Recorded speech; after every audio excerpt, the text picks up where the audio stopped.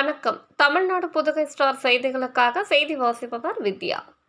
வயதாகாமலேயே பெண் குழந்தைகள் வயதுக்கு வருவது யாரால், எப்படி?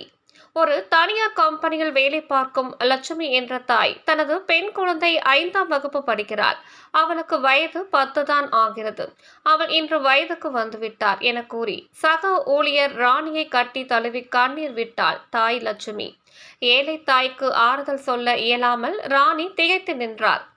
அனைத்து பெற்றோர்களும் தனது குழந்தையை எந்த பள்ளியில் படிக்க வைக்க வேண்டும், என்ன படிக்க வைக்க வேண்டும், நமது கிராமத்தில் யார் என்ன படிக்கிறார்கள், அதைவிட சிறந்த கல்வியை கொடுக்க வேண்டும் என கல்வியில் மட்டுமே கவனம் செலுத்தி காலையில் எந்த ஆசிரியரிடம் சிறப்பு கொண்டு செல்ல வேண்டும் என அனைத்து பெற்றோர்களும் அக்கறையுடன் இருக்கிறார்கள்.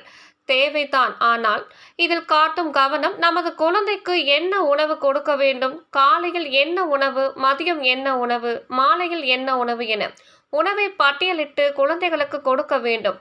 உடல் ஆரோக்கியத்தை பொறுத்தே அந்த குழந்தைகள் கல்வியிலும் விளையாட்டுகளிலும் மற்ற அனைத்து துறையிலும் சிறந்து விளங்கும். உடல் ஆரோக்கியம் நன்றாக இருந்தால்தான் கல்வி தானாக கற்றுக்கொள்ள வாய்ப்பு கிடைக்கும். ஆனால் மாறாக குழந்தைகளுக்கு காலையில் நூடுல்ஸ், மாலை சிக்கன் ரைஸ், இரவு burger, parotta, Maggi, clock, grill chicken என அனைத்து வகைகளும் குழந்தை ஆசைப்படுகிறாள் என வாங்கி பெற்றோர்கள் கொடுப்பதால் உடலில் தேவையில்லாத இயற்கைக்கு மாறான மாற்றங்கள் ஏற்பட்டு குழந்தைகள் அந்த வயதை அடையாமலேயே ஏஜ் அட்டெண்ட் வயதுக்கு வந்து விடுகிறார்கள். ஹோட்டல் நடத்துபவரையே அல்லது விளம்பரங்கள் செய்பவர்களை அல்லது அரசையே குறை சொல்ல வேண்டிய அவசியம் இல்லை. அனைத்திற்கும் காரணம் குழந்தைகளை வளர்க்கும் பெற்றோர்களே.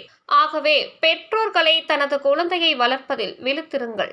குழந்தைக்கு எப்படி நல்ல கல்வி அவசியமோ, குழந்தைக்கு எப்படி நல்ல உடை அவசியமோ, அதே போல் உடல் ஆரோக்கியமும் ஆயுளும் அவசியம் என அனைத்து பெற்றோர்களும் கவனத்துடன் இருந்து ஏழை தாய் கண்ணீரை துடைக்க ராணி போன்றவர்கள் செய்வதறியாமல் திகைத்து வருகின்றனர்.